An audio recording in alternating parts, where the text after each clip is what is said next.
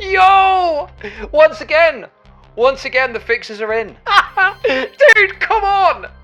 This is the conclusive proof that LSF has got the fixes in with this OTK shit. Dude, this is such transparent Giga Chad farming. It's so shameless. I just can't bear it, man. The age of the Giga Chad reigns supreme once again.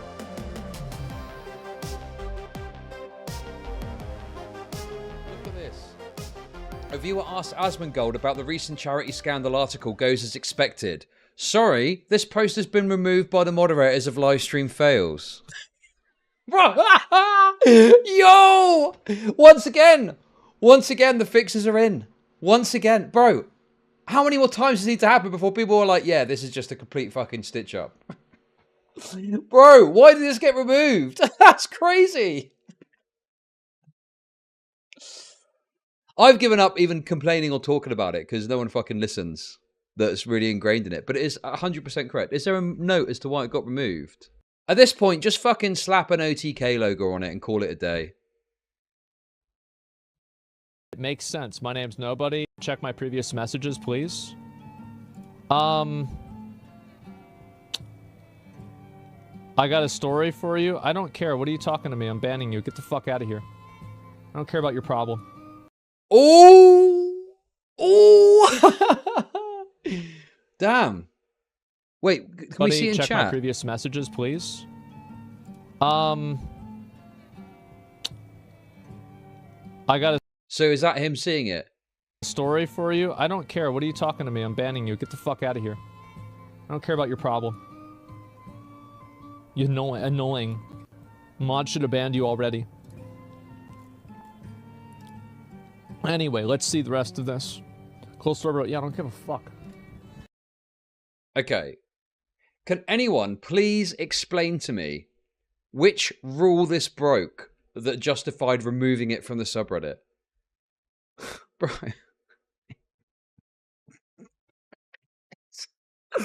It's so obvious what's going on, dude. Oh, we got another clip that makes OTK look bad. Quickly, get rid of it. Fucking yeah, talking negatively about... There's a rule... There's unseen rules. One of them is talking negatively about OTK. There's another one that says if you don't suck their dick hard enough, they'll also get rid of those clips too.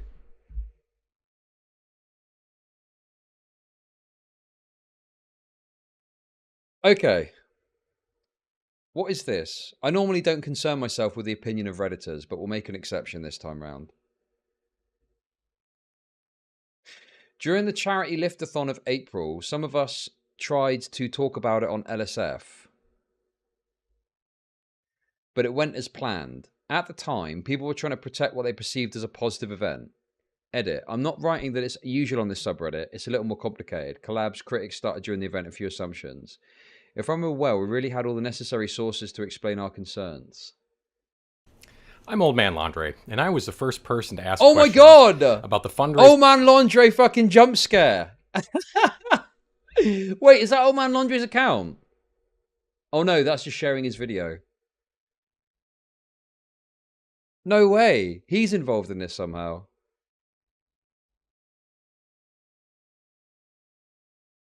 I had no idea that I was going to see Old Man Laundry today. That's wild.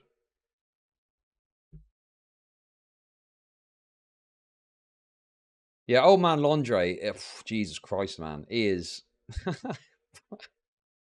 Some of the stuff he's been doing around the Israel-Palestine stuff is crazy. Some fucking weirdo does something to do with Israel, and he's like showing AI photos of what they might look like. I was like, it's fucking nuts, man. Anyway, yeah, listen. I don't fucking...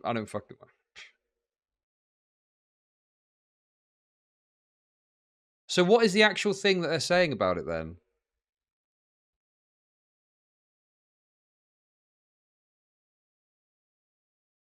That's so crazy that Old Man Laundry popped up there, though. Well, no, actually, I don't know if I should say or not. Old Man Laundry, please don't dox me, okay? Please. He actually reached out to me and said, oh, by the way, you know, I don't think you're a bad guy, so I'm not going to come for you. I was like, fuck for that. Jesus Christ. But no, he was pretty chill about it. But yeah, I mean, I just fundamentally disagree that someone who is doing some cringe shit about Israel-Palestine, I think there's maybe some limit on that if they're doing something illegal. But some of it is literally just they're tearing down some posters or something, and everyone acts like, oh, we need to fucking get this person doxxed and find out where they go to school and tell them. I just don't agree with that. Crazy. You're not a bad guy. Don't come to Gaza tomorrow. Oh. Chud Logic, I'm coming for yous.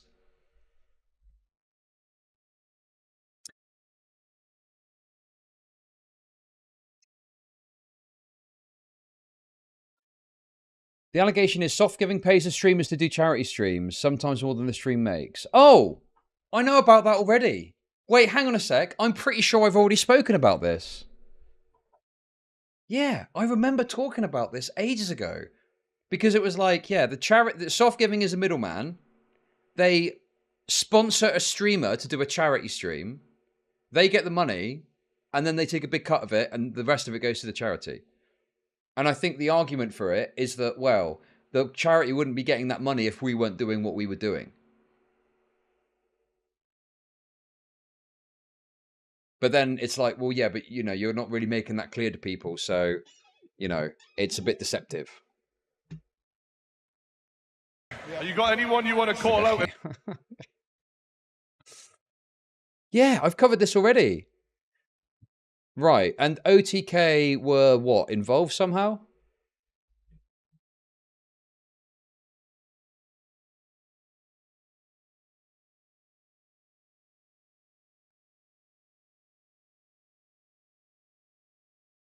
Regardless, doesn't give a fuck. He sure is putting a lot of effort making sure nobody talks about this. And then what? Then the fucking post gets removed from LSF. Dude, it is just shameless. It is totally fucking shameless, man. So what was OTK's role in it then? Is there something about that? Because that laundry video seemed to be talking about Asmon.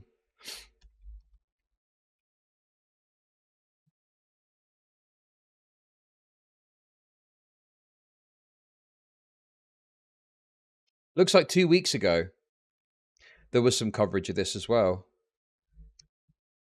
So it turns out that all those massive charity streams on Twitch had a somewhat sinister side to them. Now, there are many people's names who are being attached to this, but I want to be clear from what I understand, people like Asmongold or Mizkif or, you know, the people that were mentioned in these, I don't know if XQC is mentioned or something like that, looks like his picture's on it. They were not, as far as I can tell, directly involved in this at all. I'm hoping that they probably... Wait, sorry, go back to this a second. Why is this hidden on LSF front page? Nobody knows.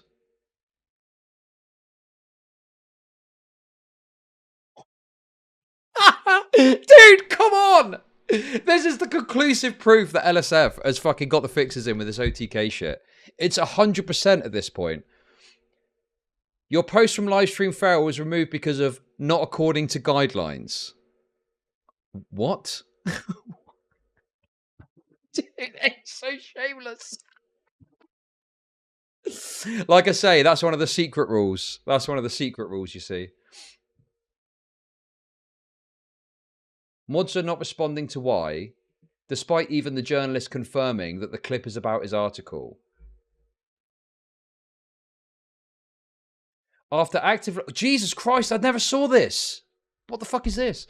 After actively ignoring our reporting that Soft Giving, a for-profit company that collected 42% of charity donations according to public records, Asmongold, who streamed for it, finally responded when asked by a viewer yesterday. Oh, there's a bigger clip here. Some huge allegations were made about against you and OTK streamers. Well, who gives a shit? Somebody makes an allegation against me and now somehow I have to respond to it? No. I don't have to say anything. Oh, a big allegation. Oh, no. Oh, wow. Who gives a fuck? What am I gonna sit here like and try to, I'm gonna try to defend myself and explain it to people? No, there's no reason to. Is it true I'm a vampire? Yeah, get the fuck out of here. Yeah, bro, giving a fuck is everything. Yeah, I mean, like, what do you think I'm gonna do? They can defend themselves, exactly. And you're going to react to the Rurikon? Yeah, I will. But no, I'm fully aware that that people are always going to have some sort of accusation against me. Oh, I did this, I did that. I'm a scammer. I'm like something else or whatever. I'm a bad person. Bro went ham on the completionist. Uh-oh. Guys, what? I said this the other day. Bro. I said this the other day and people... Yes, of course. His words about other stuff is hollow because when it's about him, he does this fucking rigmarole. That's exactly what I fucking said. I'm a racist. Like this, guys, here's the thing. I don't go out of my way to actively shut this stuff down because any reasonable person that looks into it will see the truth of it. That's the reason why. There's no reason for me to be like, oh, well, I've got to prove it to them and make sure. Because here's the truth, right? Is that I look at a lot of people like this. I look at them like. So, by the way, my understanding as I relayed it, is that what it is? I don't want to have to watch fucking videos about the situation because I'm pretty sure I covered it. So, soft giving is a middleman. They pay streamers a sponsorship fee to collect money for charity, which has to be disclosed. You can't get around that, which I'm guessing it was. The money then goes to the charity, the streamer gets their sponsorship fee, the charity takes a bunch of money for themselves and then passes that on to the charity, but they don't necessarily make that clear as that's the dynamic. Is that what it is? Yeah, this has been a thing for ages. I mean, this was floating about months ago, I think. Over a period of 2 years, brand influence. Ah, this is the recent reporting that led to it. Right, got it. Excellent. Brandfluence, then known as soft giving, quietly collected 42% of donations from some of Twitch's most watched charity streams, public tax records show. An old man Laundry had the scoop on this months ago. Damn, that's kind of like a win. Old man Laundry win. But then, yeah, this has been floating around for ages. I'm guessing this is just them conclusively proving it with the tax records, right? Yeah, fucking my eyes.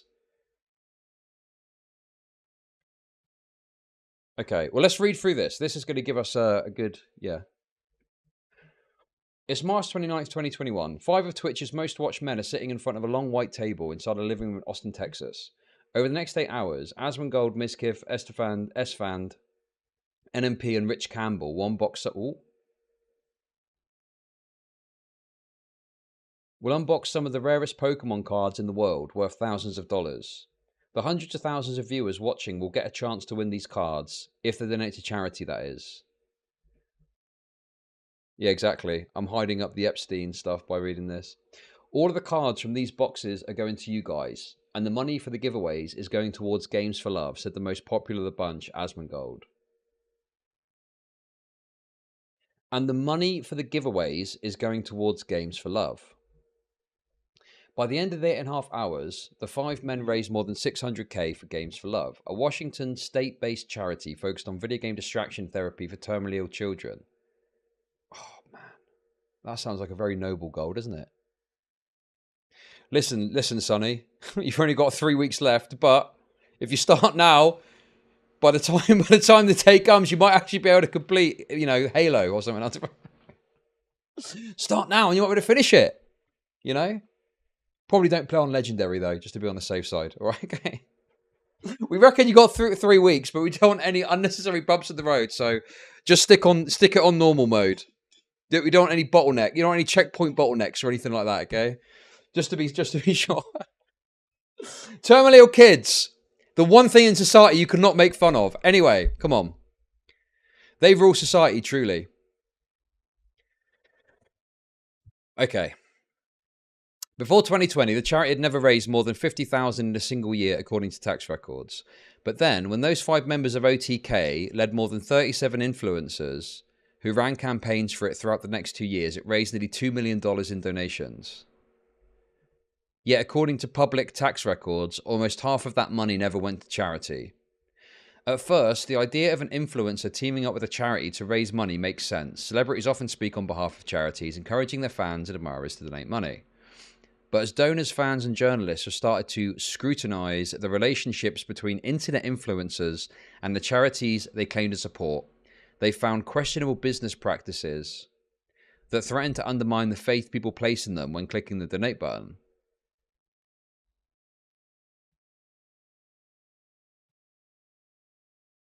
I do think I understand the argument from the other side, right? In that if you've got a middleman who is making it so that money is raised that wouldn't otherwise be raised, then, you know, sure. But the issue is that has to be upfront and clear. It has to be explicit. Because when you give money to a charity, the implication and belief is that every penny of that is going to the charity. Hey, thank you for the sub. Right? And also, yeah, 42% is a lot. That is a big old fucking chunk. Why does an org as large as OTK need a middleman? Well, they get paid. Like, you know, I'm assuming, I want to make sure I'm correct on that. The streamer gets paid, don't they? Soft Giving pay a fee to the streamer or the organization to do the charity stream, right? So if that's true, that's why they do it. Because they get money. They get money out of charity, which normally you don't, right? But again, I don't know the fucking reality. So take it with a pinch of salt. I don't know what OTK's agreement with the company was. And based on what Asmongold is saying, I don't think we're going to find out, okay?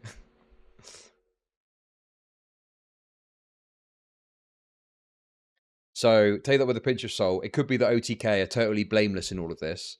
But I'm happy to look at their side of it and see. But it seems like we're not going to get insight into that. So I guess we'll read through and we'll see what the truth of it is, okay?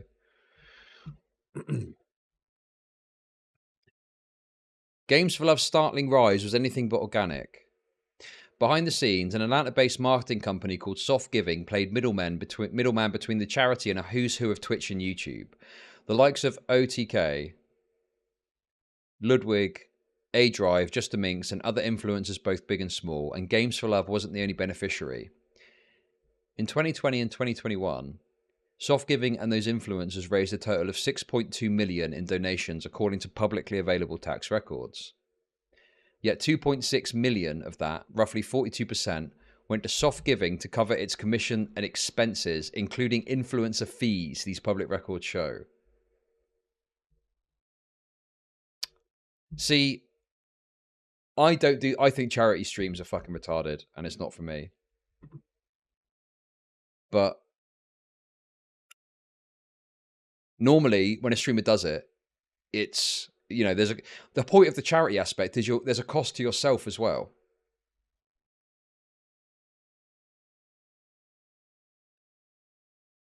Which should be that you lose the day's earnings because you want to give money to charity. But obviously, if there's a company that is saying, give money to charity and we'll pay you a sponsorship fee, I mean, you're eliminating that risk, that problem, aren't you? So you get to like benefit from the clout of the getting for charity, but you get remunerated so you don't have a financial implication. Bro, that is fucking nuts, man. Oof. Again, I don't know because I'm sure, I would guess that maybe some streamers did the right thing and maybe waived fees. I can't say for sure, so I don't want to implicate anyone directly without reading all of it. But, you know, if you do that, that's pretty fucked up, isn't it?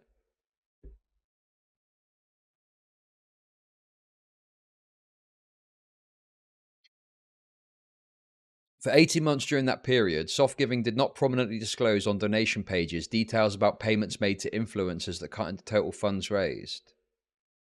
But wait, that doesn't make any sense because the influencer, there are FTC guidelines which mean that if you do a sponsored stream, you must disclose it's sponsored. Hashtag ad, hashtag sponsored. I need to do it for my fucking shitty game promos.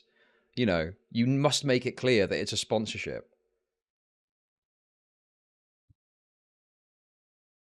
So surely they must have disclosed this.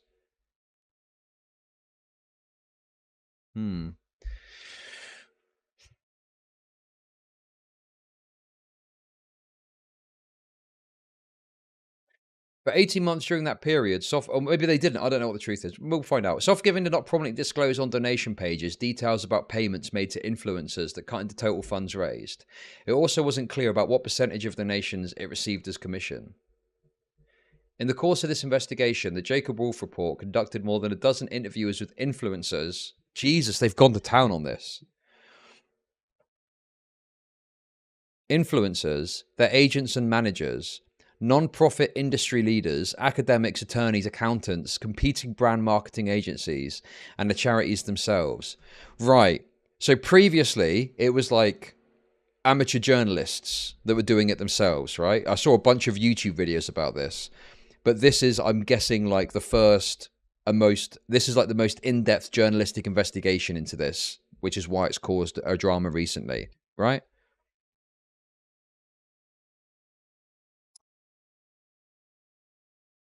We also examined more than 250 pages of documents, including public tax returns, partnership contracts, correspondence, and web archives from many streams that occurred over that 2-year period.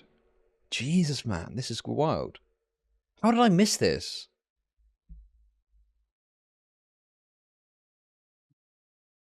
This is fucking dynamite.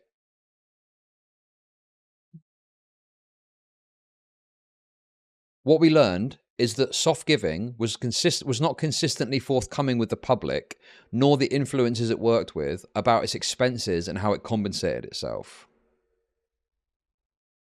Well, no, wait. It would have been fundraising that was done via this organization. If Hassan did a stream where he directly raised money for the charity and Soft Giving wasn't involved, like, don't make assumptions about every single one. You need to figure out which one was via Soft Giving and which one was like direct with the charity. Okay?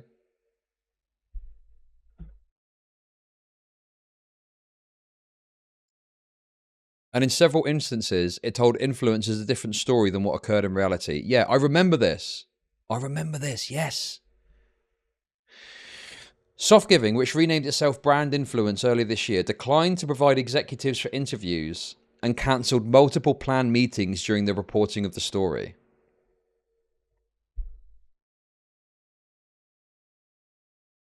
Instead, it filed a lawsuit against one of the authors of the story, Jacob Wolf, on December 14th, prior to the publication of this piece, alleging that he had defamed the company. A letter written by the attorney representing Brand Influencers demanded we not publish this piece. We believe in investigative journalism and our First Amendment right to freedom of the press. I mean, that is just fucking based.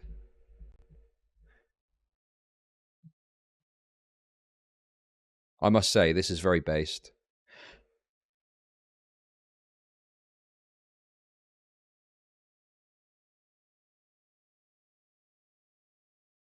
Yeah, pretty standard boilerplate shit, right?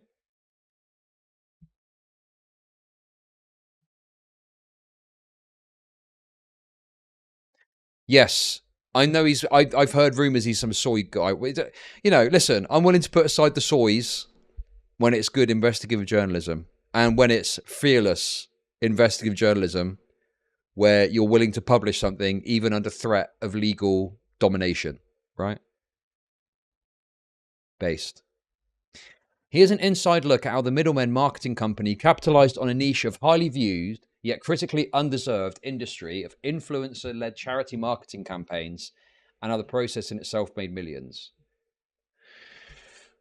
Brandfluence CEO and founder Matt Philografs gives a speech at the Boys and Girls Clubs of Central Iowa.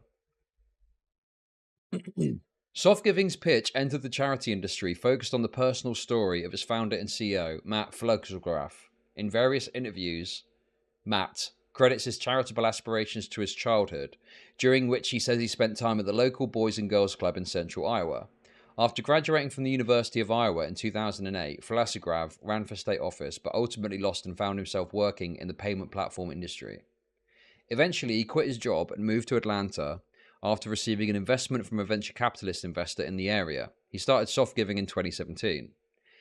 In its earliest days, Soft Giving worked on a roundup product for debit and credit cards, rounding transactions to the nearest dollar and donating the difference to charities.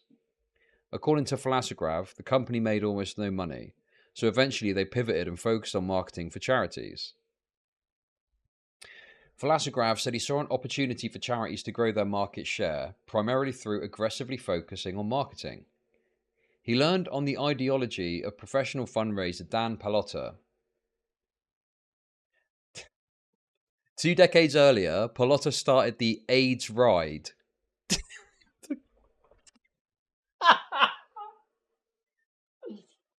Do not journey on the AIDS Ride, okay? Whatever you do, trust me on that one.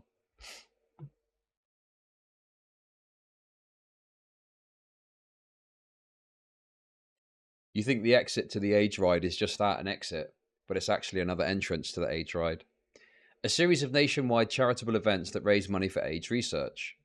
After several years, Pallotta became the subject of scrutiny in the charitable giving space because despite the success of his events, which raised millions of dollars, much of those donations never made it to the charity.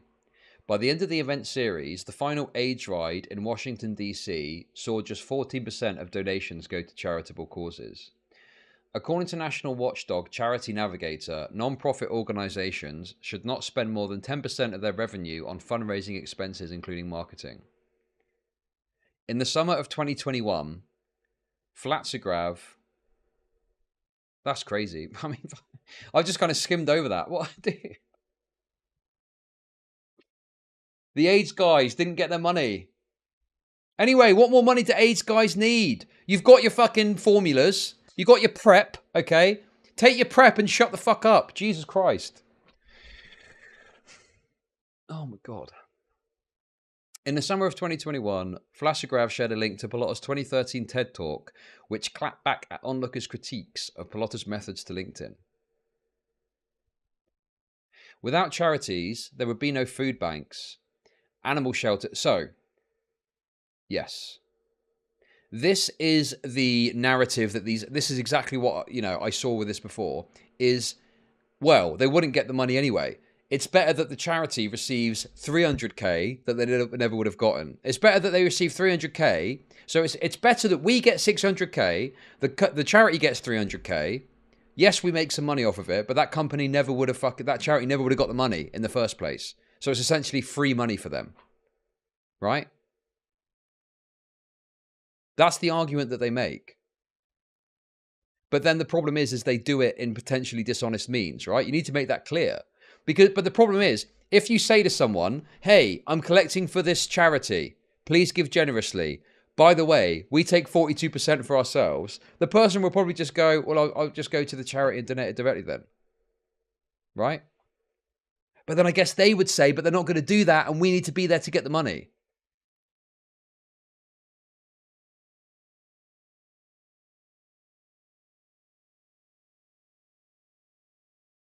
Yeah, it's just, it's like, it's very convenient, isn't it? That the people that are the middleman, that are taking a big chunk for themselves, argue so strongly that their role is so essential in this dynamic, right?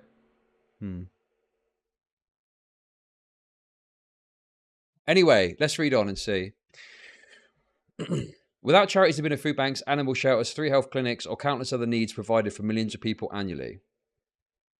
Vlasograf wrote in his LinkedIn post, so why as a society do we have a counterproductive moral code that puts them at a disadvantage? By the time that Vlasograf wrote the post, Soft Giving was already a powerhouse in online fundraising. Its business focused on 2 products. First, Hero, which allowed influencers to easily set up a donations page and begin running a campaign at no cost to the charity, other than the industry standard fees, usually in the low single digits, assessed by payment processors. The second product was Events. On that side of Soft Giving's business, the company signed some charities to exclusive contracts where the company seemingly took over their marketing, according to contracts provided by several charities. Bro. Dude, this guy's gone to town!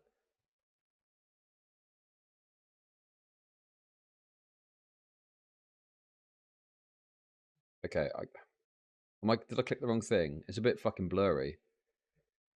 Maybe they should have worked on getting some readable fucking images while they were at it.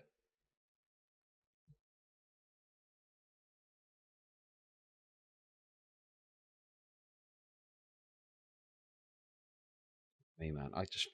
Fuck that. Anyway, in principle, good.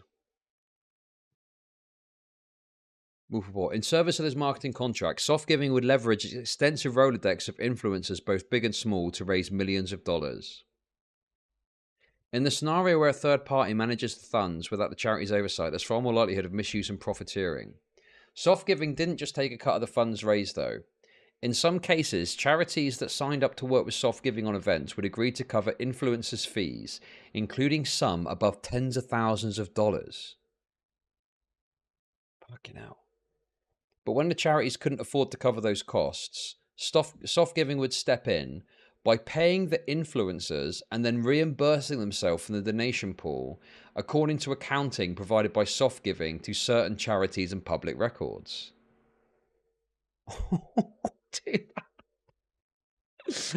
Don't worry about it. We'll just take it from the money for the cancer-riddled kids. Okay? You're expecting a couple of Xboxes. Sorry, guys. Fucking this influencer needs a new extension on the house. We need to give them the money. Fuck me. To go alongside its campaigns, Soft Giving set up individual donation websites for each influencer to share. When a contributor made a donation, the money would not be sent to a charity directly. Instead, it went to a Massachusetts-based tech company, Givinger, and its foundation, the Givinger Foundation. On its end, the Givinger Foundation set up a donor-advised fund in the donor's name and immediately issued a tax-deductible receipt. What is going on? This sounds fucking wild. It sounds like where they've done it so it's legal, but it's like very fucking morally and ethically grey. Right? This doesn't seem right at all.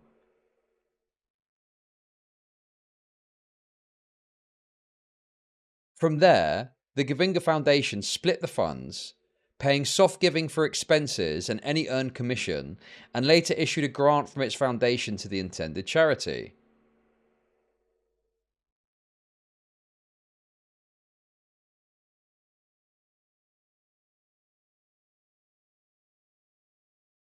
I don't know accounting. Maybe someone that knows more than I can comment on this. But this seems very unusual. And it certainly, I can assure you, right? It certainly is not the user experience, right? So let me ask you a question, guys. If you see a charity stream, I know my viewers aren't going to do this because you want to give me money instead, right? But if you see a charity stream and you click donate, and you donate $5, what do you expect to happen to that money? Presumably, you'd expect it to just go directly to the charity, right?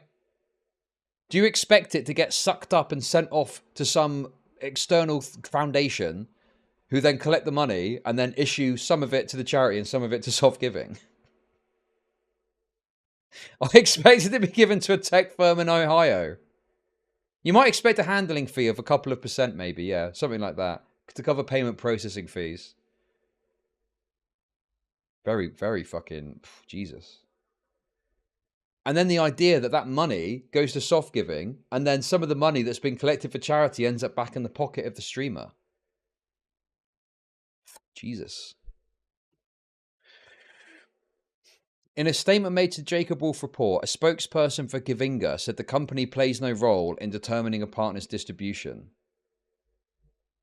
Compared to Soft Giving competitors like Tiltify and Donor Drive, both of which Twitch recommends to streamers, the process of donation funds passing through another charity before making their way to their intended destination is unusual.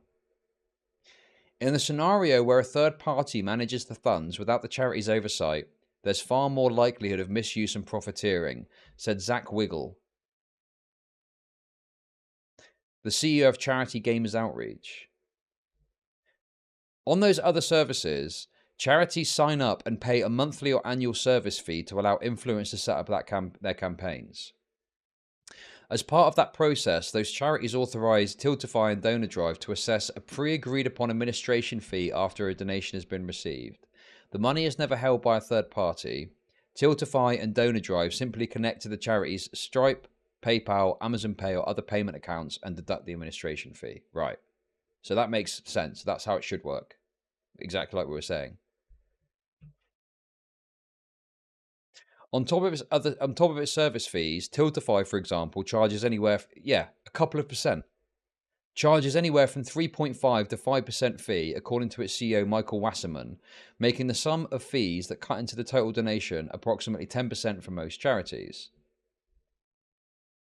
What helped put soft giving on the map was that when it first started pitching charities in 2019, it didn't charge anything, instead offering a free competitor to Tiltify and Donor Drive. The company relied solely on optional tips from donors determined when they made a donation.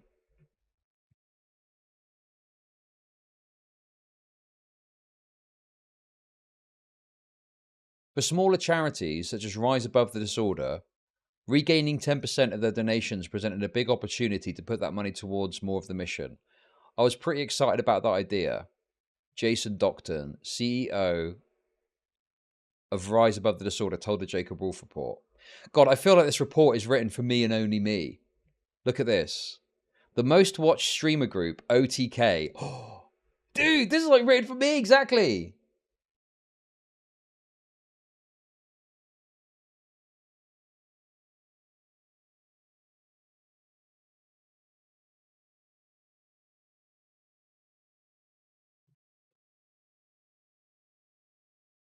Fewer online figures have as much influencers as live streamers on Twitch, which became particularly evident during the isolation of the coronavirus pandemic. Separated from their social lives, hundreds of millions of viewers look to the Amazon-owned live streaming platform for human connection, forming what many call parasocial relationships with their favorite entertainers. For charity, what is that thing as well? Total raise 600k. How we raised 600k for the kids. I mean, that is exceptionally deceptive.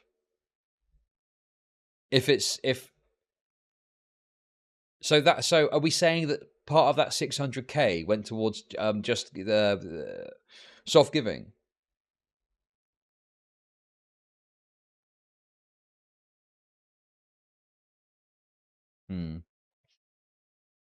For charities, the 2020 pandemic saw a huge boom in fundraising online, particularly on Twitch, where live streamers raised more than $83 million for charity that year, according to a report from Forbes.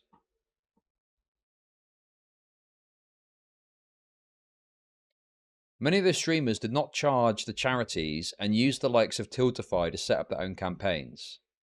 One of them, Benjamin Dr. Lupo, raised more than $2.3 million for Jude's Children's Hospital in 24 hours during his annual charity stream that December.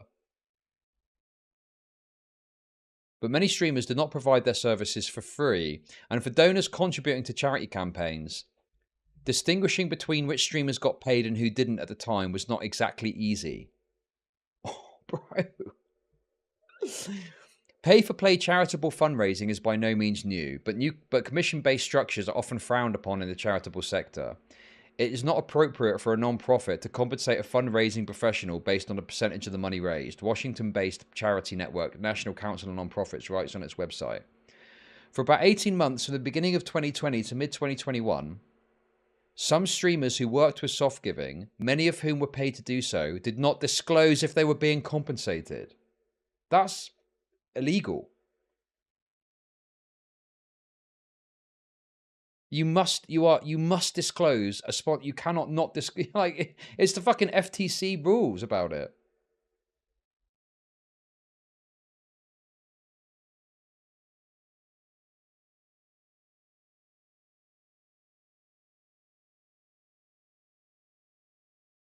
And that's beyond just the ethical consideration.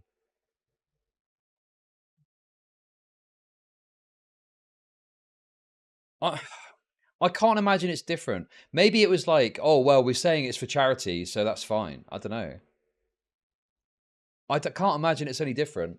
I'm pretty sure it's very simply, if you are getting remunerated for engaging in, if you're getting remunerated by a company for engaging in an action, you must disclose that in some fashion.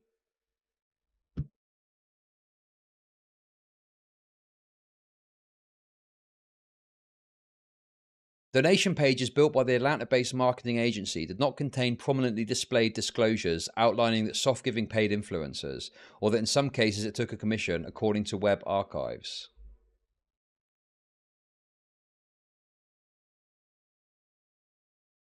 Wait, what?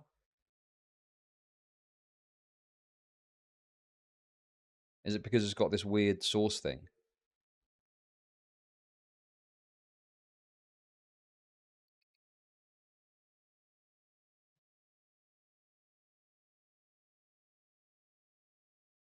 So right, this is the page as it appeared. King's Charity Liftathon that supports Games for Love's missions to ease the suffering of hospitalized children. Your donation will be made to Games for Love through Givinga Foundation and is subject to Givinga Foundation's policy and terms. Donations are subject to standard payment processing fees, and donations benefiting charities will be net of fees. Yeah, not mentioning what those fees are you?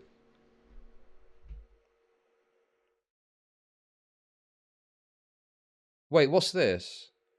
Hang on a minute. Does this mean this? Wait. What does this mean?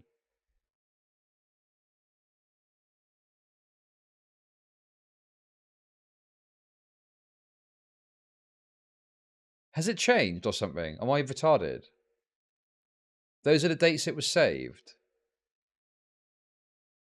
Wait, so it's been edited this month? Or is it just the archive date?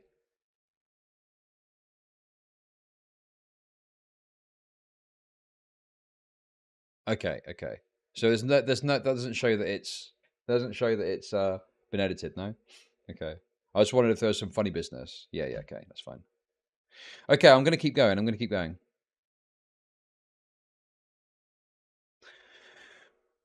The charity will receive the funds within 30 days of your original donation. No refunds. All donations are final.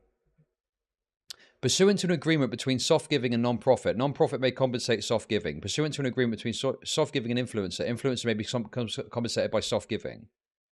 For more information, see soft giving's terms of service. But wait, so that is there. Unless. How do I go back?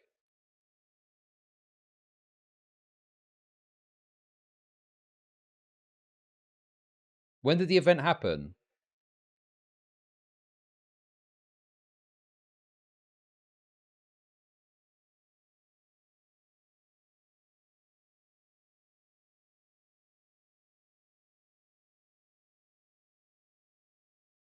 Wait. Wait, hang on.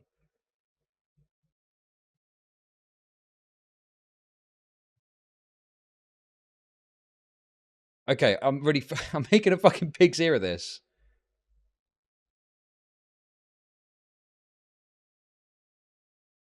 Why is the link so fucked as well?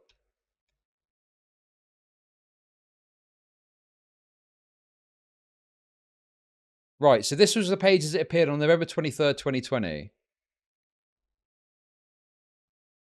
And these are all the donations that were happening. No, it's train wrecks.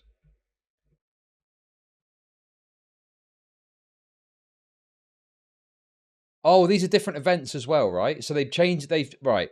So this was for some other event. I think I'm getting this now. Games for Love. So this was some other event. This was what it looked like originally. And there was no mention here of them getting paid. But the most recent website, there is a reference to them getting paid. Right? So if I'm understanding this correctly, later version, more recent version of the website makes it clear that yes, there is money changing hands, but the old version doesn't.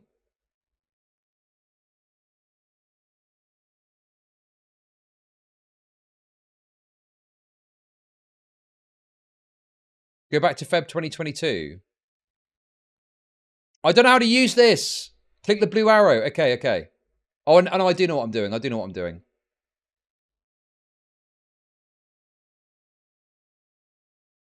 This one.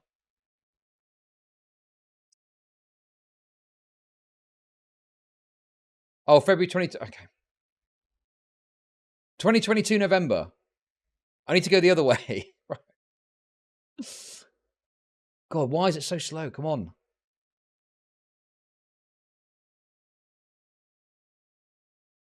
Oh my god, this is fucking absolute cancer for a stream. I can do it here, can't I?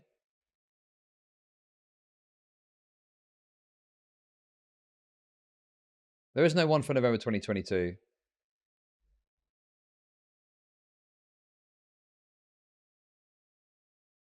Right. Okay. So December 7th, 2022. Right. Let's figure this out. So December 30th, 2023, the notification is there. Okay.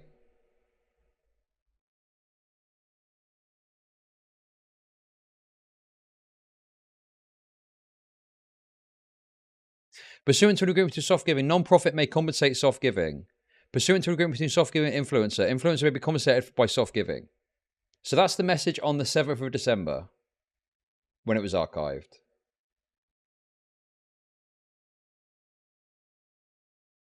January 31st, 2022, it was there. Dude, this is fucking cancer. I don't know when this was changed exactly, but it was before the article came out, yes. So what I'm guessing is that the blowback that happened previously to this maybe made them change it or something like that. So, I mean, I don't know, man. You know, I'm not sitting here fucking scrolling for any more archive pages. By all means, have a look if you want to see and see what's going on, but I can't tell you exactly when it changed, okay? Anyway, fuck me, okay. Right.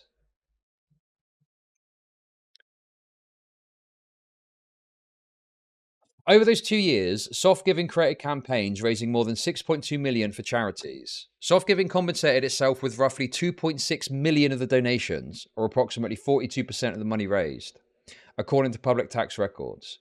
The company declined to comment on how much of that went to its bottom line versus how much of it went to influencers when asked. Jesus.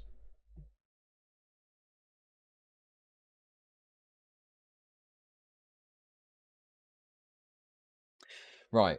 Okay. Fucking hell. Let's keep going. Following a 2020 scandal involving former Tottenham Hotspur FC manager Harry Redknapp and US celebrity Caitlyn Jenner, when neither disclosed the charity they promoted had paid them to do so. British news organisation Channel 4 polled more than 2,000 adults about their views on non-profit and the relationship with celebrities. 7 in 10 respondents said they would be off-put if they were aware a celebrity is taking a fee to fundraise, with 4 in 5 saying they don't believe celebrities should charge non-profits a fee. I mean, yeah, I agree with that. The whole concept of it is a celebrity believes in a cause and is donating some of their time to help the cause out. Not, oh yeah, we're getting paid a fee to promote this fucking charity.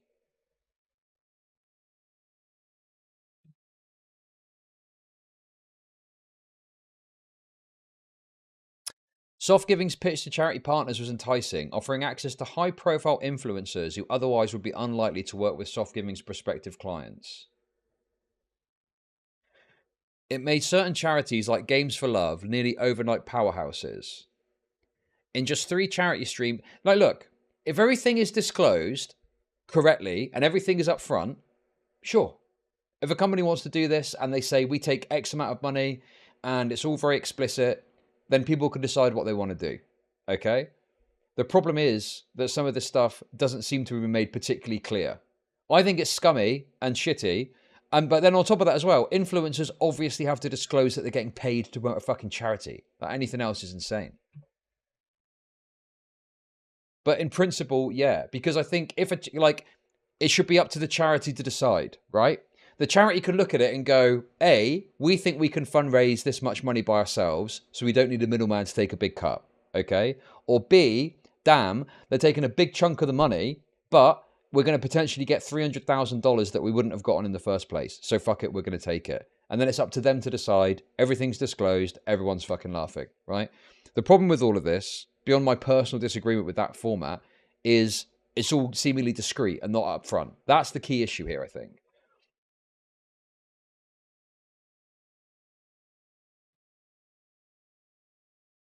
But yeah. Anyway. In just 3 charity teams in 2020, popular Pokemon YouTuber Daniel A. Drive Clapp raised $388,000 for the non-profit, according to press releases and his stream archives. Another stream in which Ludwig organised the last-minute online Super Smash Bros. Melee event in response to Nintendo forcing a tournament organiser to cancel its event, raised more than $261,000. I remember that. In the span of just 3 events, Games for Love had more than quintupled donations raised in its past year or every other year prior in its history. Yet public records show it received just a fraction of that money. All US charities are required to publicise their tax records. Tax records for Givinga Foundation, which Soft Giving used as a pass-through to manage donations, show that Games for Love received a grant just shy of $180,000 in 2020. In 2021, when Games for Love raised nearly $2 million in donations from Soft Giving organised events, according to publicly available tweets and archived donation pages, the charity received just $1 million after Soft Giving and influencers' cuts, according to tax records. Jesus. If you say you're donating $1, but 50 cents of it is going to keep the lights on of this organization or going into this streamer's pocket, that's where you start getting into the icky feeling of this is getting a little out of control. CEO of Stack Up, Stephen Machuga, sorry. When reached in September 2021, Games for Love CEO Nathan Blair declined to disclose specifics of the working relationship with Soft Giving, citing non-disclosure agreements he claimed to have with both it and Givinga. They've really done a great job for everything we've done for them, Blair said. Givinga, through a spokesperson, emphatically denied signing a non-disclosure agreement with Games for Love or any other charity that its partners work with. Agren, for his part, told the Jacob Wolf Report that Soft Giving wasn't exactly clear about how its arrangement with Games for Love worked. Another influencer who worked with Soft Giving on paid campaigns and spoke on the condition of anonymity said that Soft Giving told him it didn't take a cut, including to repay it itself for his fee. I'm sure I've heard that before, that exact words.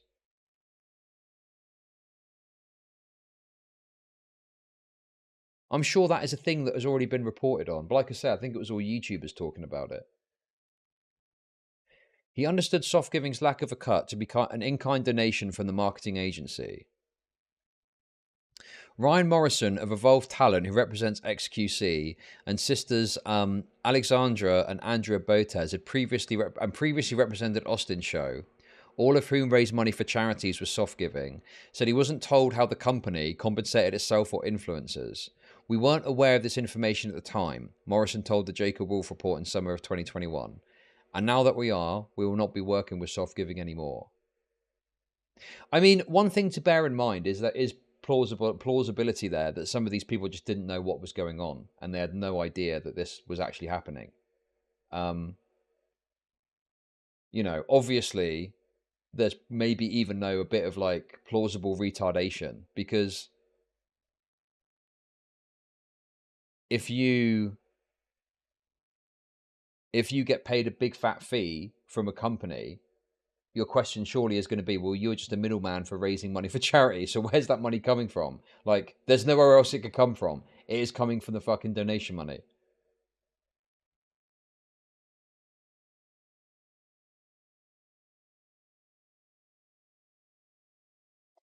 If you use a product as a vid, you can write it off as a work expense. I believe so, but obviously consult with HMRC or the IRS if you want an exact answer, okay?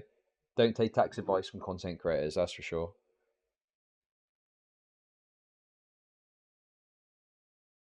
Tweets from influencers and archived donation pages show that Soft Giving worked with nearly 30 charities over the span of 2020 and 2021.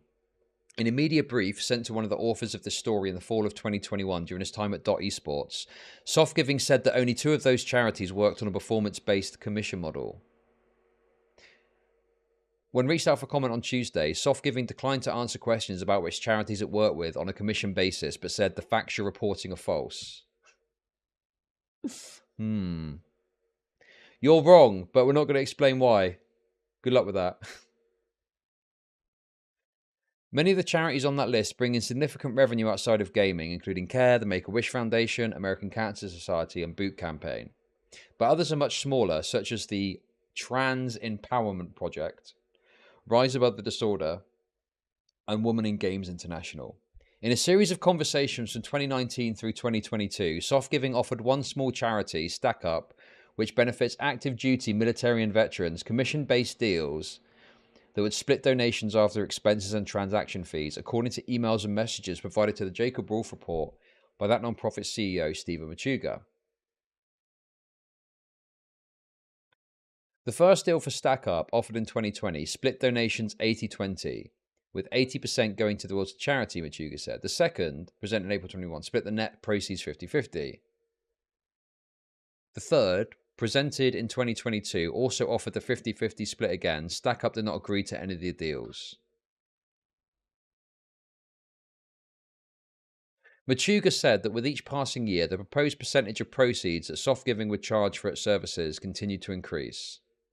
If you say you're donating $1, okay, we read that bit already. It's getting a bit out of control. In February 2023, Soft Giving received its most publicity to date. Following devastating earthquakes in Turkey and Syria, one of Twitch's most watched streamers, Hassan Piker, was determined to raise money for disaster victims. Born in the US to Turkish parents, but later raised in Istanbul, Piker covered the news of the earthquakes on February 6th. One day later, Piker and Soft Giving teamed up to launch a campaign to benefit care. Donations quickly rushed in. About halfway through Piker's 8.5-hour stream on February 7th, things took a turn. Does anyone know about this? I've never heard of this bit before. What? On Twitter, Joshua Belkin, a former Tiltify software engineer, leaked a seemingly templated version of Soft Giving's commission-based contract, which matched the contract that Machuga provided to Jacob Wolf back in 2022. The document showed that Soft Giving proposed to receive 50% of donations after reimbursement of expenses and transaction fees. Yes. Oh my God, I've seen this before. Yes.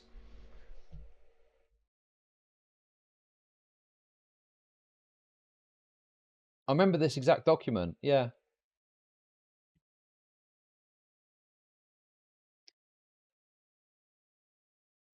Those on Twitter and in Piker's Twitch chat became livid, as Piker also grew more incensed, confused by what Belkin had posted. Oh my God. Like, payment that I'm getting here, okay?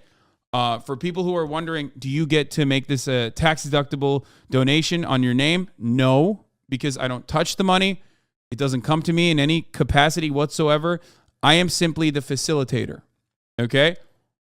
This is not the only tax-deductible donation for me is the donation that I make out of my pocket, so far $25,000, okay? That's it. Listen, I don't think that Asman would have taken sponsorship cash for like a charity thing. I just don't think that's in Assan's nature. Like, yes, there's lots of criticisms you can make of the guy, but I cannot imagine a world where he's like, oh, yes, please, can I have some money for the charity raising shit? That just doesn't seem like something he'd do. Because obviously, I don't, the fees were paid to some people. Maybe he took the 25k and donated it. Maybe. But it just doesn't seem, Asman doesn't seem like that kind of guy. Like, yeah, he's a fucking fake lefty or whatever, fake socialist guy wearing fucking Gucci shirts, whatever criticism you want to make. But that seems a bit far. But yeah. Anyway, let's read on. Confused what this makes me so frustrated that I donated to Hassan's campaign. One donor, Joe Landry, wrote on Twitter in response to Belkin, what a corrupt and dishonest practice. Social media quickly turned on Piker. Some alleged that Piker took the money himself. Others called him a hypocrite. Another influencer, Darren IShowSpeed Watkins Jr., who had donated $8,000 to Piker's earthquake relief campaign prior to Belkin's reveal, called the stream a scam on his stream and went on to pledge to donate another $50,000 to the cause. The backlash further enraged Piker. Oh no. Did I cover that? I'm so bemused by this. I feel like I'm living in alternate reality land. You can dislike the streamers. You can say, I show speed scammed, and I'll never forgive him for it. But then you can still see what he's doing right now and be like, okay, Dude, I haven't done anything wrong. I haven't done anything wrong in this situation. I haven't done anything wrong in the past other than fucking buying a house where my mom can come and live with me.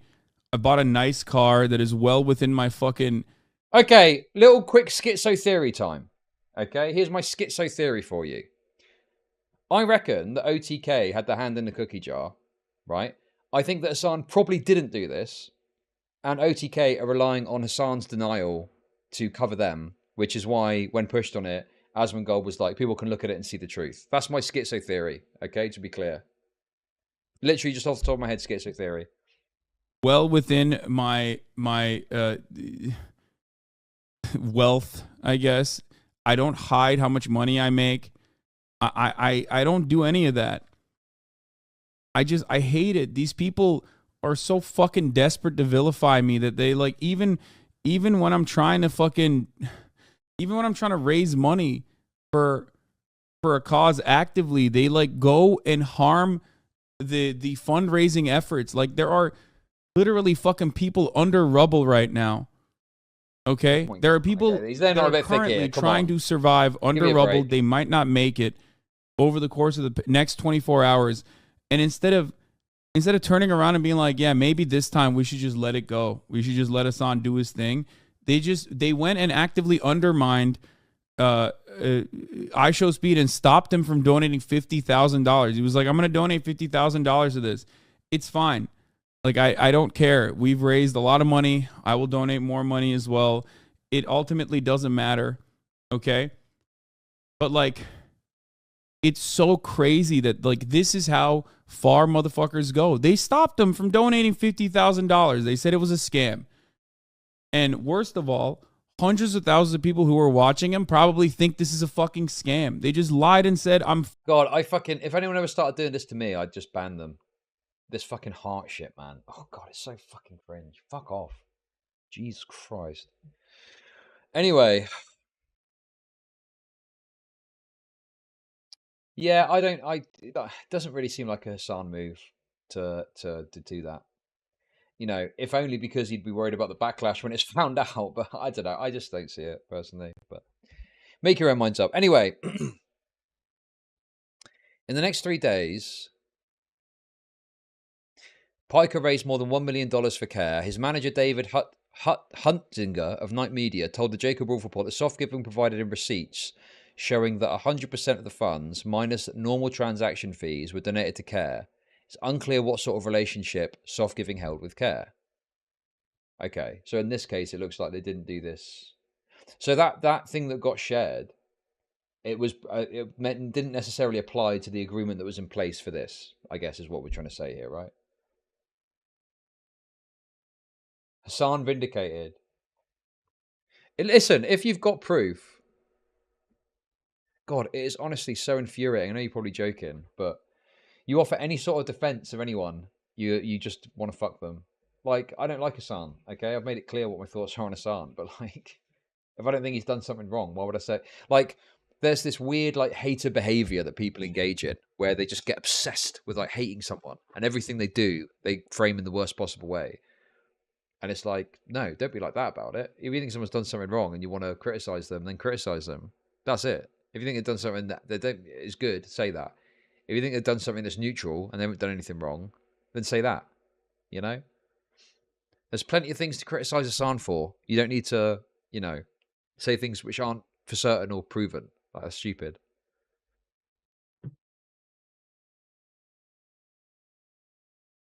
Yes, exactly. Yeah. Hate can also be parasocial, that's true. Anyway. Oh.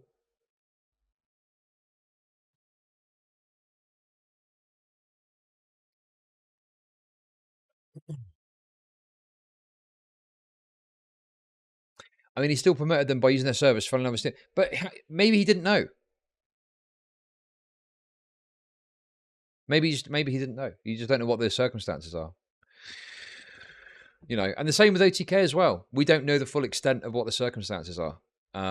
It's a bit troubling that, you know, I mean, in some ways, like, at least Hassan is willing to talk about it and address it live, whereas Asmongold, even years after the fact, is completely resistant to even talking about it. You know, Like, he'll make this big song and dance about all these other people and what they're up to, but the moment someone asks him about his misgivings, it's... Nope. Again, probably the best move, but, you know, maybe even a legal thing, but just makes some of his other statements a bit hollow, I think, personally. Anyway. Publicly, Soft Giving did not respond for 2 days. Internally, it saw the resignation of Brandon Stennis, who for almost 2 years served as the face of the company and a liaison to many influencers. Stennis later said on Twitter that he wasn't familiar with how the business operated its relationships with the charities and he didn't feel comfortable continuing to work there after Belkin's leak. I just noticed something there that's quite funny. Soft Giving has not received compensation from 92% of the charities it has worked with. Sure, but if that 8% you're charging millions of dollars to, I mean, what does that fucking matter? Most of the charities are probably small, so you don't do that sort of model. I don't fucking know, man. Anyway, I apologise for the delay. I needed Soft Giving to release their official statement before I could respond. I work solely with creators, which I am proud of the work the creators accomplished with their communities. So Tuesday's news was not something I was aware of.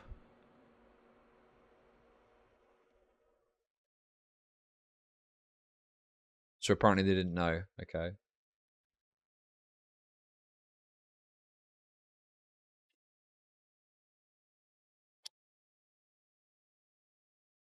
On February 9th, Soft Giving responded with a series of statements on Twitter. It said the leaked contract wasn't for a current partner. It also said that 6% of charities it worked with paid an upfront fee for its services.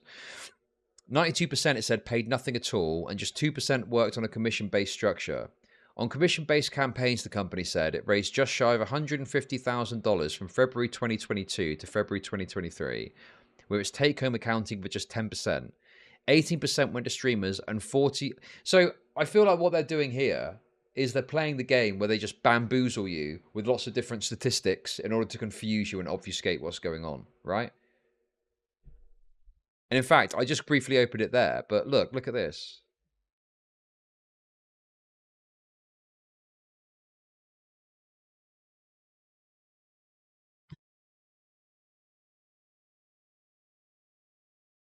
That's what it comes across like to me.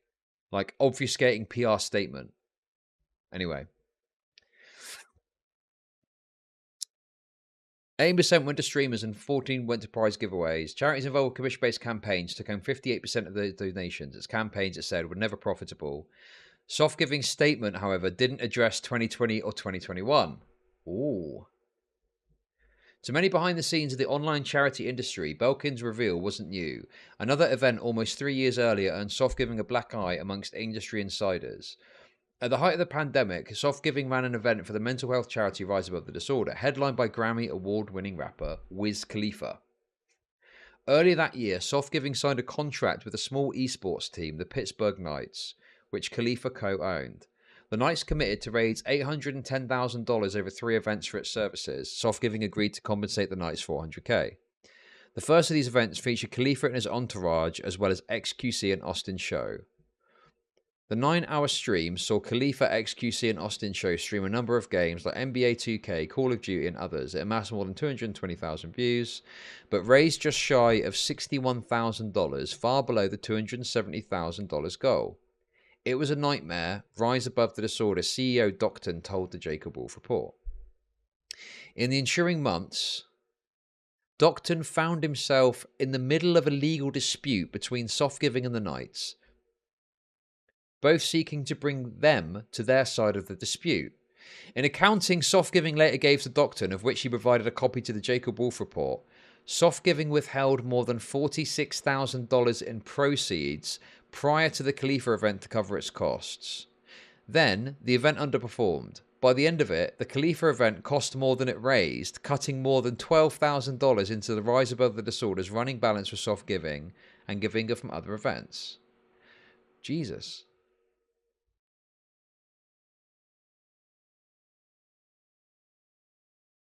Throughout the year, the Rise Above the Disorder raised $276,000. According to internal Soft Giving tracking platform, the Docton showed the Jacob Wolf report. Its charity only received little more than $100,000 from Gavinga in payments, according to Gavinga's tax records. Jesus. Docton said $176,000 shortfall devastated his non-profit. That kind of money was a substantial loss, and if it wasn't for some very quick pivoting, we definitely would have collapsed. Jesus.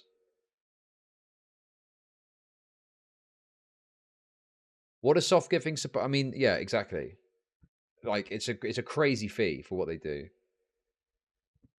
The rise above the disorder situation quickly reverberated around the small, tight-knit influencer fundraising community. Once Twitch's leadership became aware of the situation, the company blacklisted soft giving events from the front page of its site, according to multiple sources familiar with internal conversations at the time. But did they ever talk about this publicly? I'm guessing no, otherwise it would have been bigger news. When reached for comment in late 2021, Twitch declined to speak specifically on soft giving, but linked us to a page of its support site that made recommendations to streamers of which platforms to use for their charity streams. At that time, the page included Tiltify and Donor Drive, but did not include soft giving.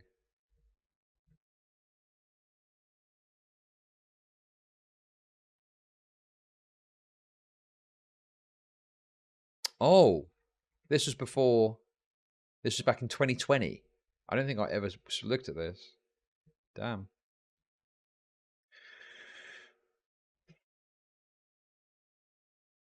After one of the reporters for this piece wrote a story about Soft Giving's lawsuit against Knights in May 2021, Soft Giving sent Rise Above the Disorders board a cease and desist letter alleging Docton may be defaming the company for a future story.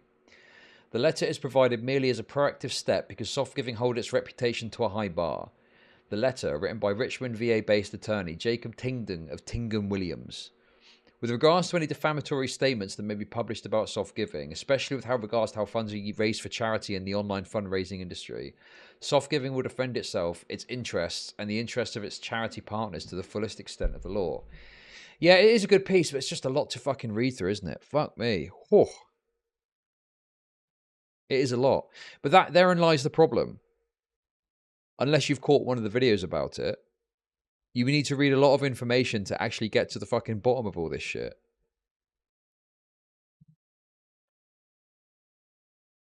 If the RAD board is aware of potentially defamatory statements that have been made to members of the press, we demand that you cease and desist all such activities and that any statements may be retracted immediately. Today, soft giving is known as brand influence. It rebranded in March after Belkin's leak, though it says in December 14th lawsuit it planned the rebrand prior to that incident. Right, okay, sure. Brand influence still works with charities and influencers, including Games for Love and the OTK team. In April, OTK had a weightlifting stream, more than 100... Oh, look, it answers the question I was trying to answer earlier, like a monkey bashing away at a typewriter trying to write Shakespeare. So, brand influence towards charities and gamers. Games for Love. Everyone OTK weightlifting stream with 140k for Games for Love. Soft giving, the influencers and the charity did not publicise how donations are broken down, though a disclosure is now affixed to the donation page. Yes, that was what we were talking about. Soft giving, via its attorney, said it no longer holds performance-based contracts with any non-profits. OTK, for its part, did not respond to requests for comments for this story. Oh. The lawsuit Brand Influence filed alleges a conspiracy among the authors of this piece, Jacob Wolf and 4 others. Alicia Sweetman, who spearheaded Twitch's relationships with charities during nearly 5 years there. The competing fundraising platform Tiltify and its CEO Michael Wasserman, and Belkin, the former software engineer. The lawsuit alleges that tweets and statements published by Sweetman, Belkin and Wasserman over the past year and a half have caused Brand Influence to lose 745 partners. The individual defendants engaged in published statements designed to intentionally defame brand influencers for purposes of interfering with its business relationships, engaging in unfair competition, and engaging in deceptive and unfair trade practices, the company said in its suit. So that was on December 14th that was filed.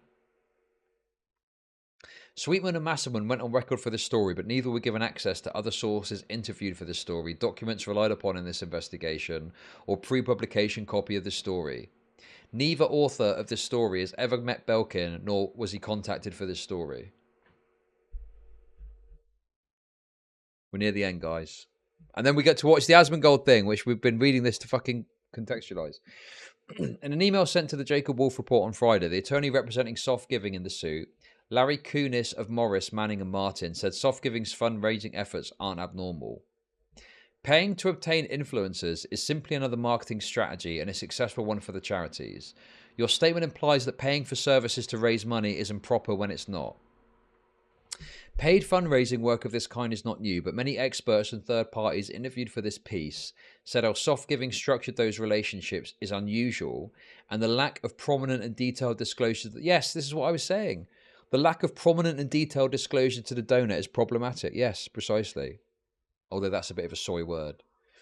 Most charities pay marketing companies like Soft Giving directly for their services rather than through donations, meaning that on public tax returns, those fees show up as a personal fundraising expense.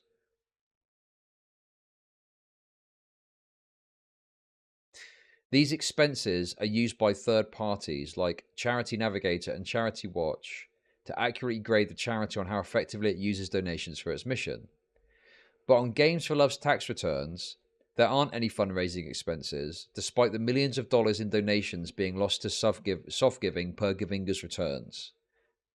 For Weagle, the Games Outreach CEO, the discrepancies present an issue of public trust.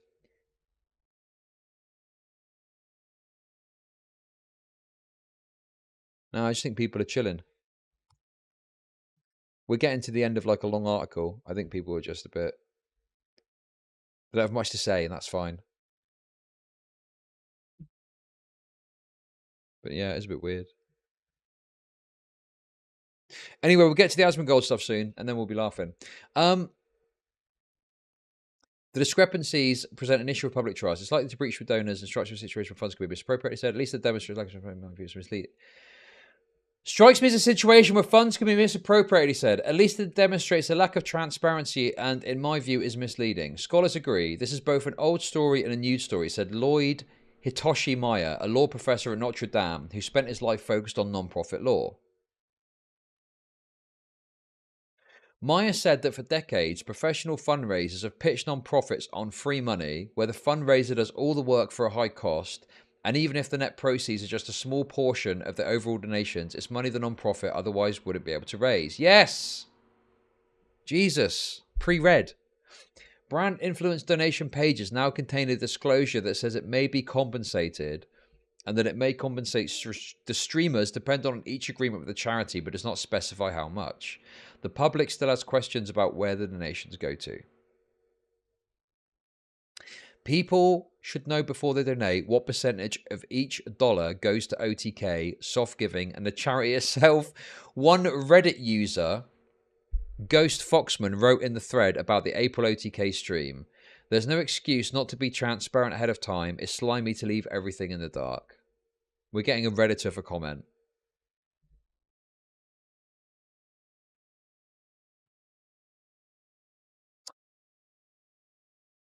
Damn. There we go.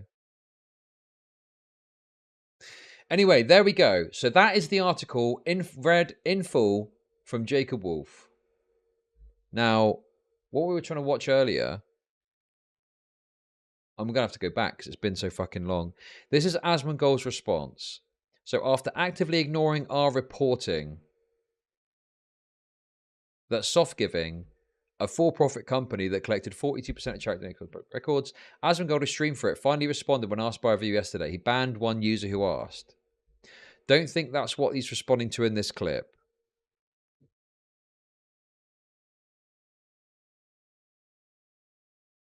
The article a viewer sends him at the end of the clip is mine. The person who asked him about it has told me it's what they sent him. Yeah.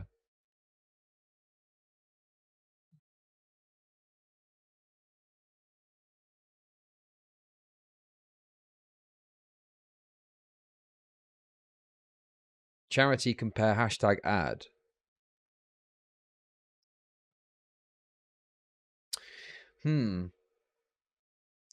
So that probably fits within the FTC disclosure, I guess. I guess the question is, though, is that clear enough when it's so unusual that you would think an influencer is getting paid to, you know, promote for charity? Especially when there isn't any notification on the page that that's happening. Anyway, So yes, like I say, we can't assume the worst necessarily. Let's see what Asmongold had to say in response, though. Some huge allegations were made about against you and OTK streamers. Well, who gives a shit? Somebody makes an allegation against me, and now somehow I have to respond to it? No. I don't have to say anything. Oh, a big allegation. Oh, no. Oh, wow. Who gives a fuck? What am I gonna sit here like and try to, I'm gonna try to defend myself and explain it to people? No, there's no reason to. Is it true I'm a vampire? Yeah, get the fuck out of here. Yeah, bro, not giving a fuck is everything. Yeah, I mean, like, what do you think I'm gonna do? They can defend themselves, exactly. And you're gonna react to the Rurikon? Yeah, I will. But no, I'm fully aware that that people are always going to have some sort of accusation against me. Oh, I did this. Okay, listen, this is the cope, isn't it? Hashtag ad in the title is mentioning they got paid. Are you telling me that you believe that someone would have... I mean, people probably don't look at that anyway, but even if they did and it said hashtag ad, that is imparting upon the viewer that I'm getting paid a fee for this charity stream.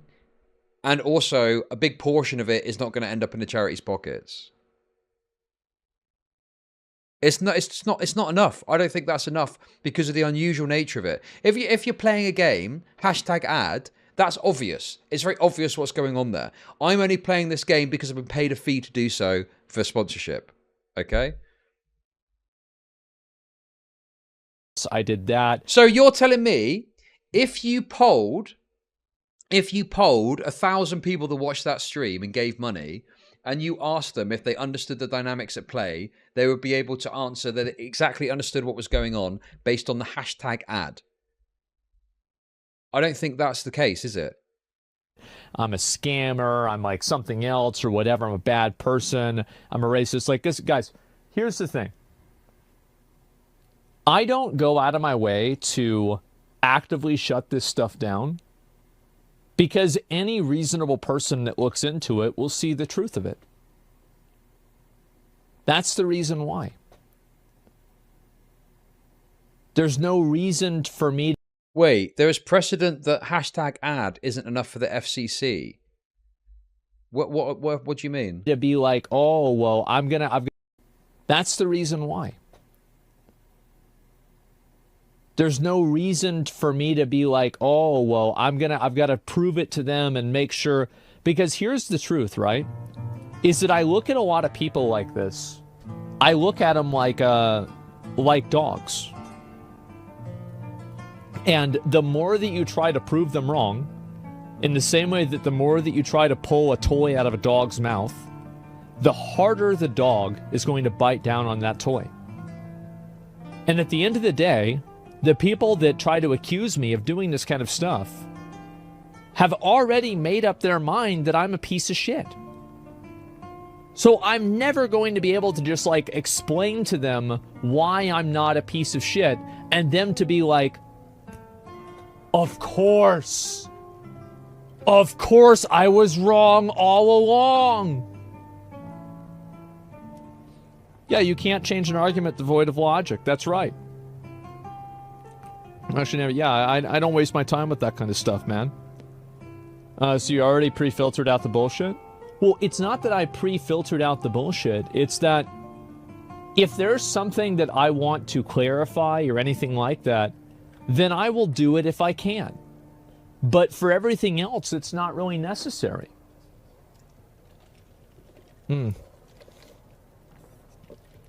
Unfortunately, according to Twitter, it's guilty until proven innocent. Really? It's a genuine question. Why would I care about what somebody... Where was the defense play for the completionist? I didn't watch his coverage of the completionist drama. So I've got no idea what he said about it. Someone referenced it earlier and said he went hard on the completionist, but I cannot personally comment on his take on the completionist stuff. But if you know, by all means, like briefly just say. But he says on Twitter. If they walked out the next day and they got hit by a bus, I wouldn't care. Why would I care about what they're saying? Like, I just, this selective nihilism is so infuriating. When this selective nihilism, when it's about you, right? Oh, I don't really. I feel like he hides behind this fucking gamer shtick. I'm just a gamer in my room, when he is just like a ruthless fucking businessman, and that's demonstrated with a couple of dramas recently. That's my perception of Asmongold more recently. You know, there's definitely things I've seen before. I'm like, what's that all about? But now I'm like, yeah, fuck me. This guy's fucking ruthless. Cuts off Rich Campbell like that when it's convenient for him, but then will wax lyrical about how bad it is when men get falsely accused of stuff. It's fucking so obvious. Saying. Why? Why would I care about them? He also doesn't game. Yeah, that's because he's crippled with anxiety that he can't stream on his main account, from what I understand.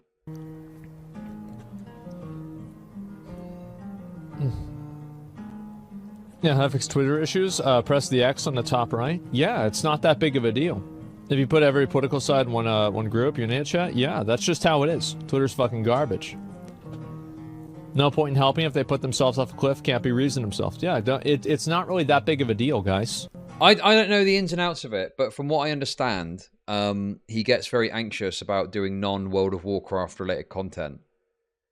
That's about all I know, but I don't really follow his mental fucking health that much, to be honest. Like, I get hate threads about me, I get people upset about me, and here's the reason why. Do you want to know the real reason why? That a lot of people are getting upset about me?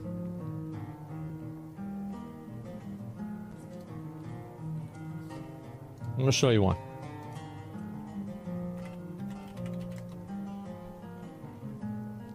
It's because my videos have been doing really, really well. We are doing insanely well. Whether it's gaming... Bro, are you serious?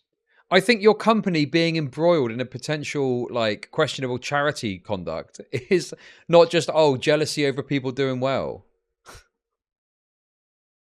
This is the fucking Assange defense. Bro. Dude, this is, like, look. I think this is bad when, like, big streamers do this. He's doing this, running a fucking massive influential company, to the point where fucking LSF are taking down threads criticizing him for this shit. And he sat there like, yeah, I'm just doing well, guys. Fuck you, haters. God, it's so fucking disgusting, man. Yaks or me going on a rant, my channel's been doing incredibly well. And a lot of people have been watching the videos. Even more than usual. And because of all those extra people that are watching the videos, that 10% of people that fucking hate them, well, if you have a bigger number, you're going to have a bigger percentage of 10%. Or a bigger number of that 10%. And so that's it. Yeah, my rants about a charity scammer did really well. My charity scammer shut up hater. And the thing is, if he was able to just say, hey, listen, guys, I know there's a lot of stuff about this. Here's me laying it out and here's the situation. Like, if he had a fucking reasonable response, you know, obviously you'd be like, yeah, okay, sure. I'm not even saying he needs to apologize or something like that. It's just, there are question marks here about what the fuck is going on. And you're completely unwilling to engage in it, and you're just acting that people that are criticizing you are haters. Yeah. Thank you, Matt, to thank you. Yes, my editors do all this. Yep, Cat, Danny, Daily Dose, they do everything, guys. They do everything. I give them, they make all the thumbnails, they do all the titles. They figure out what they want to upload and what they don't want to upload. I let them have complete autonomy over that. And that's just the way that I handle things.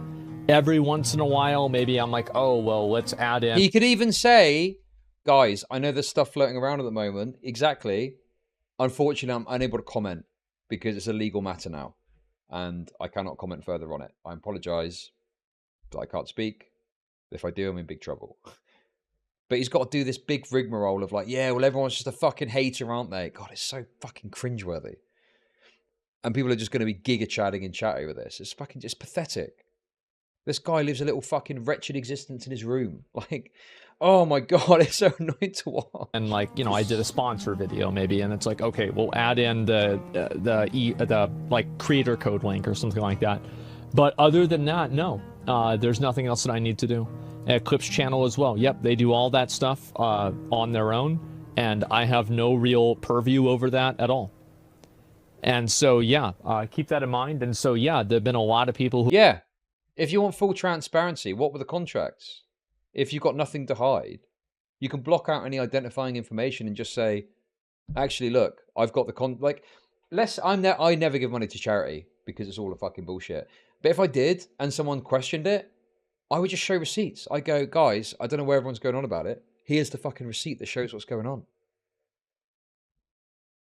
Like, why does it need to be this fucking aloof bullshit, man? Seriously. Who have been upset about me, and it makes sense. My name's Nobody. Check my previous messages, please. I got a story for you. I don't care. What are you talking to me? I'm banning you. Get the fuck out of here. I don't care about your problem.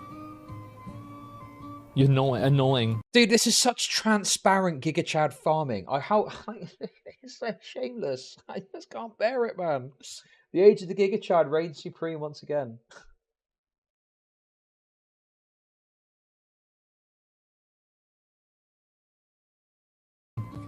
Mod should have banned you already.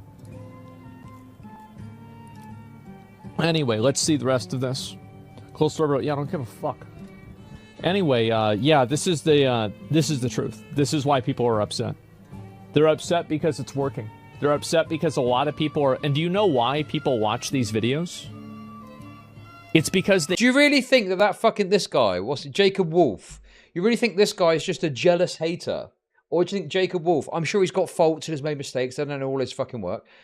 I'm pretty sure he's just a journalist that is concerned with getting to the bottom of something which is worthy of public consideration. Right? Jacob Wolf is not some fucking random hater, but he's presenting this in such a way to act like all of this attention he's getting is just random haters that hate his fucking success. They agree with them primarily. That's the reason why. They're watching the videos because they agree with them. Now, there's always... Yes!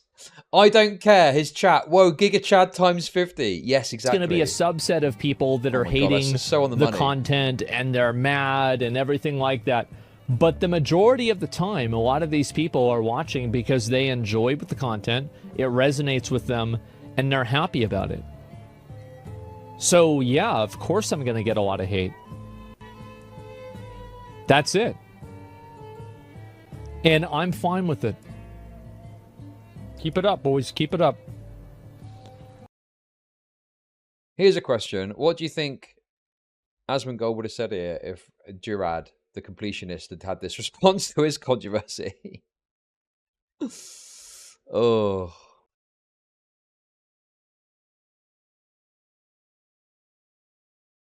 Is this the same clip again? OTK streamers? Well, who gives a shit? Every major influencer we reached out to, or their representatives, responded to inquiry. OTK, including Asmon, ignored more than 10 outreaches. My name is moderated term in his chat. My website is blacklisted from his subreddit. Bro, what? That's nuts. Not even a fucking PR statement. Yeah, that sounds like an organization that is concerned with transparency and honesty, and there's nothing to worry about. The ignoring requests for comment from a journalist and then outlawing the website and his name is Turbo. This is fucking nuts, man.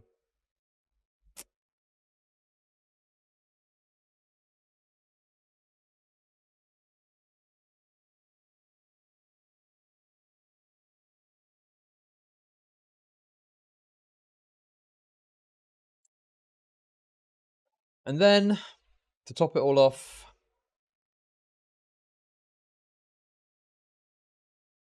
we have this.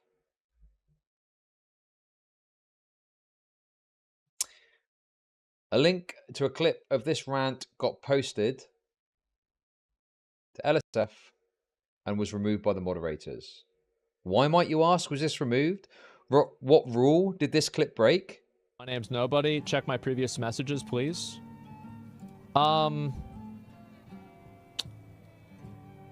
I got a story for you. I don't care. What are you talking to me? I'm banning you. Get the fuck out of here. I don't care about your problem. Wait. You annoying. Mod should have banned you already. Anyway, let's see the rest of this. Close server. Yeah, I don't give a fuck.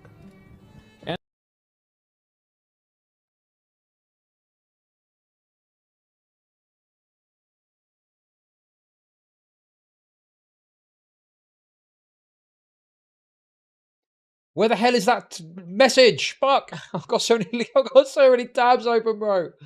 I can't find it. There was a fucking thing, and it said about why it got banned, and it was a stupid reason. Is it still here somewhere?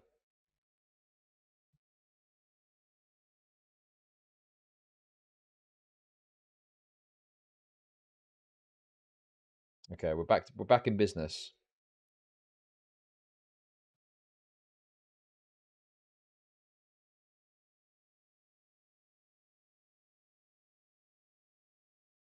Okay, why is this not loading now? What the fuck?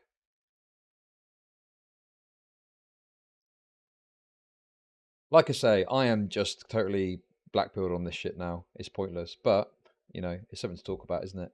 Hey, I sound like that Fox News guy. Right, here we go. Why is this hidden on LSF front page? Mod's probably got a nice paycheck to lose their... Wow. This is what I wanted to show you. Your post from Livestream Feral was removed because of not according to guidelines.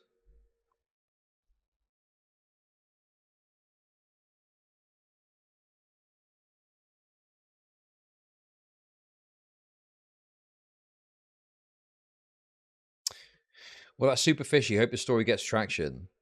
Cat's out the bag. The clip is 100k views and it's circled back to the journalist. This post is already up for 14 hours before getting censored. People are bringing it up in Asmon's subreddit and getting banned, causing others to ask why. People are going in his chat trying to type charity and take a wolf. As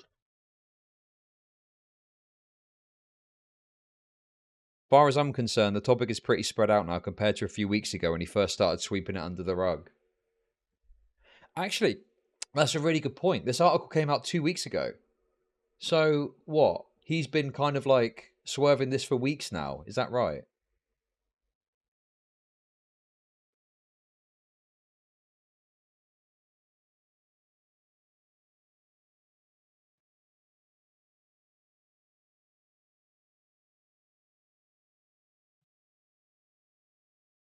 Hmm. Well, the thing is, you know, I get it. I get it. Like, especially if it's some dumb shit. Yeah, obviously it gets annoying. But like, if something is happening to do with you, and it's like some big controversy that's happened. I mean, I don't know. I don't think anyone has to do anything, right? I hate this narrative of like, oh, you know. But when it's like directly about you and it's your company involved in a big controversy, I mean, I just feel like there's some obligation for you to do something about it, right? And yeah, like it also raises more suspicions because if he said, right, guys, I've seen the article and I've got asked lots of questions about it. Let me just lay out what the situation is, okay? This is what happened. This is the thing. We didn't know, or I can't talk about it for legal reasons, whatever. That's fine. But yeah. You know, he's more than happy to fucking talk about the Rich Campbell shit, wasn't he? When he was fucking throwing him under the bus. But this... No, you're just haters. Nothing to say. Oh, Sneaky Pete. This post is no longer available on LSF subreddit post list. I had to navigate back here via browsing history. Mods remain OTK shills.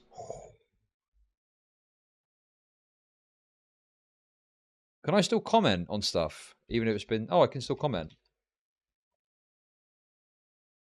I don't want to comment. I'm not a Redditor, okay?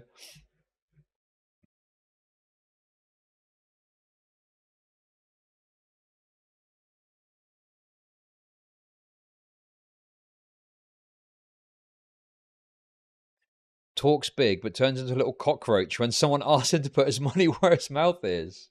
This is what I'm saying about Asmongold, is, you know, he's got all these big fucking criticisms of all these other people for shit. but when asked about a simple, well, not simple, but when asked about a thing he's involved in, he's got nothing to say, and he just slithers away and goes, "Oh, why do you? I don't care. I don't care. Yeah, I'm a Giga Chad, and I don't care about it." You know what I mean?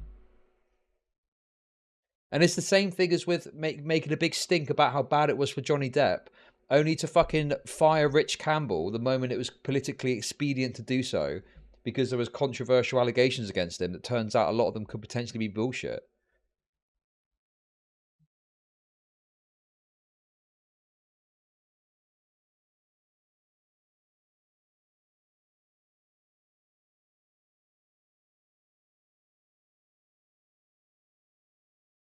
Just a couple of days ago, he was going off on how companies shouldn't be able to fire employees due to allegations. It was insane. Really?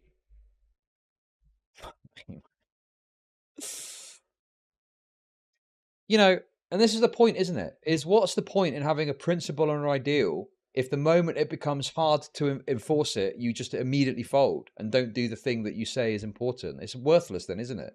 Yeah, it's easy to sit there and go, well, I've got all these ideas about how the world should work, and I think it should be this, that, and the other, only to when push comes to shove to be like, oh, actually, no, I'm going to do the thing because it's easier.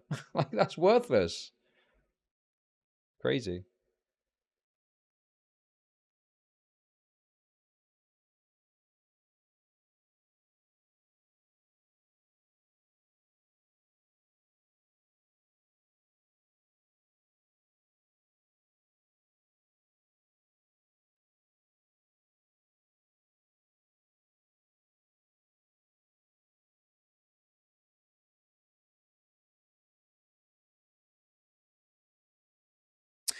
But yeah, I mean, you know, like I say, I'm willing to accept that there could be something we don't know about the OTK situation, which means that they're more absolved. But if it was so easy, why would you not? Why would you not just fucking say it's bullshit? It's not true. Here's the reality. Here's the proof. Here's the evidence. I prepared a fucking case to lay out to you. Blah blah blah. Or just say you can't talk about it for legal reasons. Why this obfuscation doesn't make any fucking sense.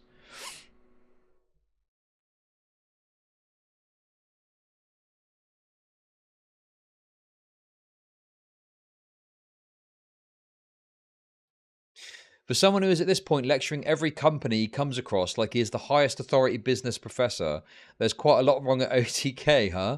Yeah, I'm starting to see why this got fucking taken down. Too much criticism of OTK. Bro, it's mental.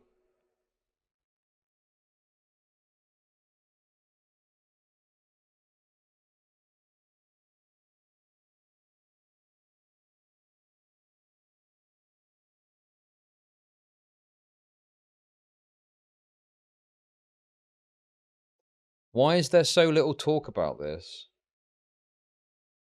Yep. Crazy.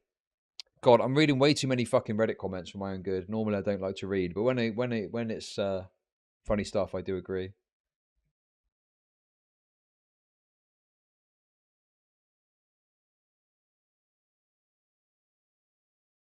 Anyway, guys, yeah. Make of that what you will. My basic take on it is I do understand the arguments that these charity middlemen are making. And maybe there's some truth in the idea that you need to spend money to make money. I just think it all needs to be upfront and disclosed. And I think the idea that a streamer would take money for promoting a charity is pretty fucking abhorrent. And it's shocking if anyone's done that. Like, yeah. Like, what? And at the very least, if you're going to do it, you should 100% disclose it clearly, not just do #ad. You should say, just so it's clear, I have taken a paid promotion in order to promote this charity. But no one's going to do that because you look terrible, because you know it's bad. You know it's fucking bad. There we go. That's it. That's the take. My basic take is that I don't care, but Reddit mods are gay based. I don't think people would give money with those under those circumstances. That's why it has to be very vague.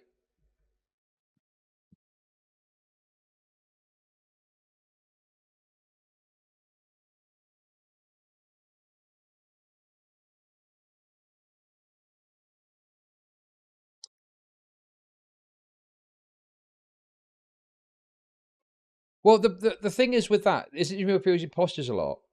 It's not posturing if you do the thing, in my opinion, right? But if your whole shtick during the Johnny Depp trial is to talk about how bad it is when men with false allegations are treated this way, and then you treat a man with potentially false allegations that way. I mean, it totally undermines your perspective, doesn't it?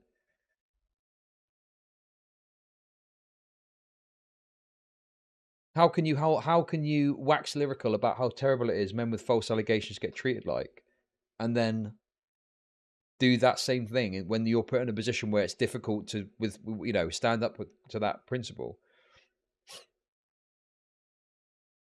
Asmongold is no better than Pokey than a son. But the difference is that he can hide behind... This is what I'm saying about the Giga Chad stuff, right? Is you can easily hide behind that. By being like, yeah, who fucking cares, man? Aren't I fucking based in Giga Chad for not caring about this public accusation of potential charity misgivings that my company was associated with? Isn't it Giga Chad? You know, and this is something that... I think it's DK that popularized this concept, but it's this idea that people use this Giga Chad thing to, and this is something that I spoke about ages ago with like the Age of the Giga Chad stuff, but it was more about political perspectives than behavior, more so.